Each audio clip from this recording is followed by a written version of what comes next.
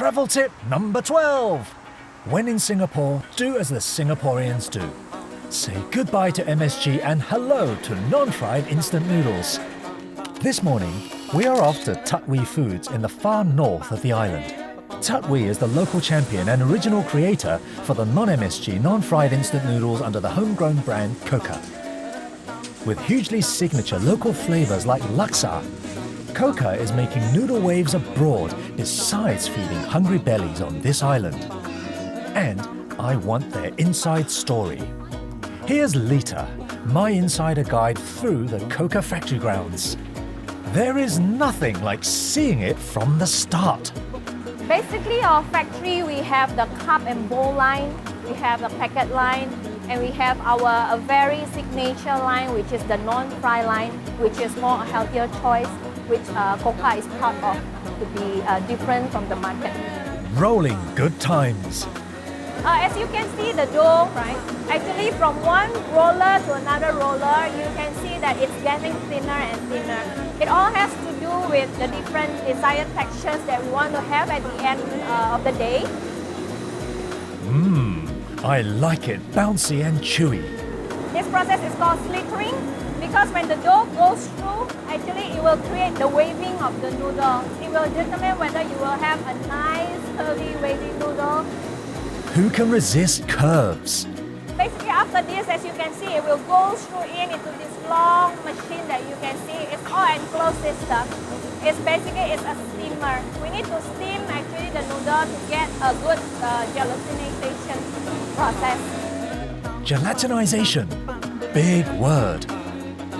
Here is one of the important steps, which is the cutting process. Yeah? This cutting process will determine the weight of the noodle. It will determine also the shape of your noodle cake. So the noodles get in shape here. So here is temperature is still very hot. That is why when it goes through the cooling conveyor here, actually to bring the temperature down for it to be ready to pack. So right now we are coming to the end of our line whereby all our noodle has been packed nicely.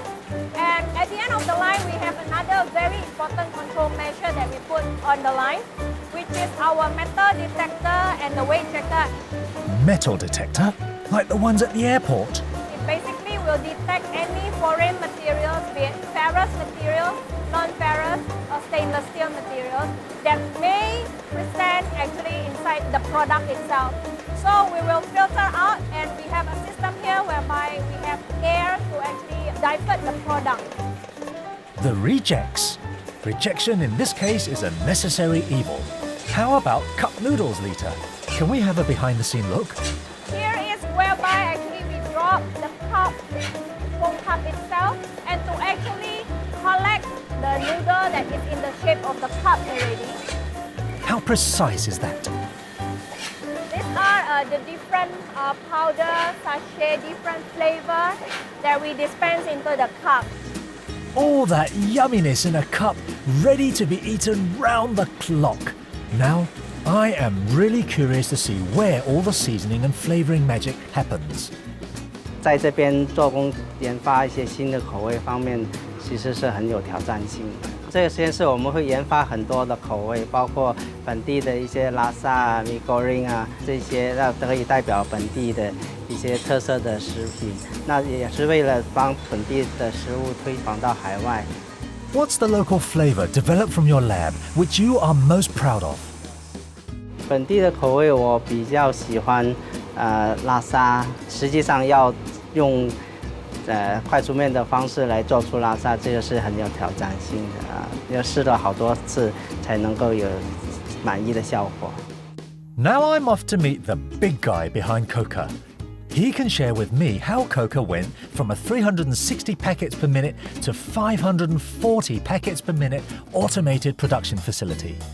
Over the years, as business grow, and we are looking for more automated line and with more accuracy. The whole line is very well synchronized.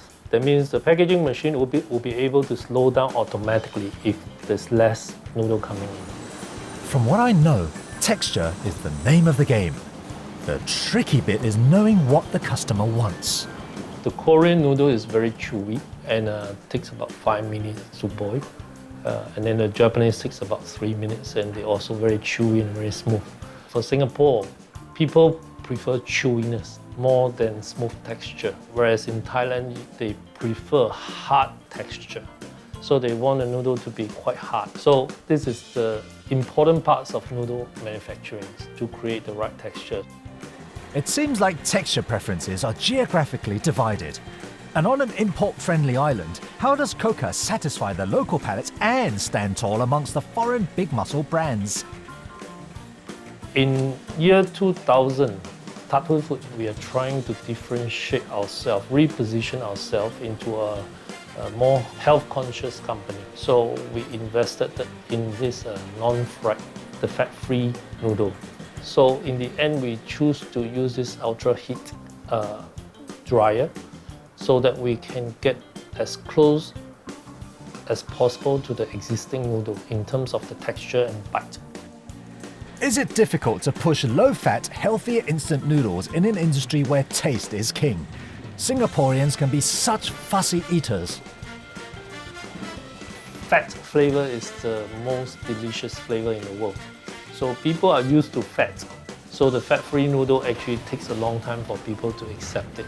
Purple wheat noodles seems to have a good response because of the functional aspect.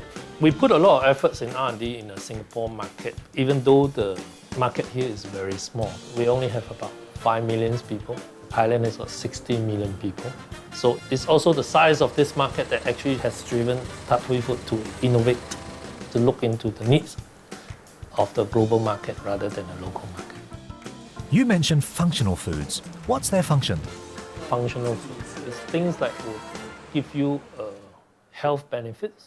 For example, fiber, whole grain, like the latest developments of this purple wheat noodles. And then, of course, the antioxidants. What do you foresee for the instant noodle industry? I think it is a very great invention. Population in this world probably will double by 2050. This is a great product that would be able to feed the people in this world.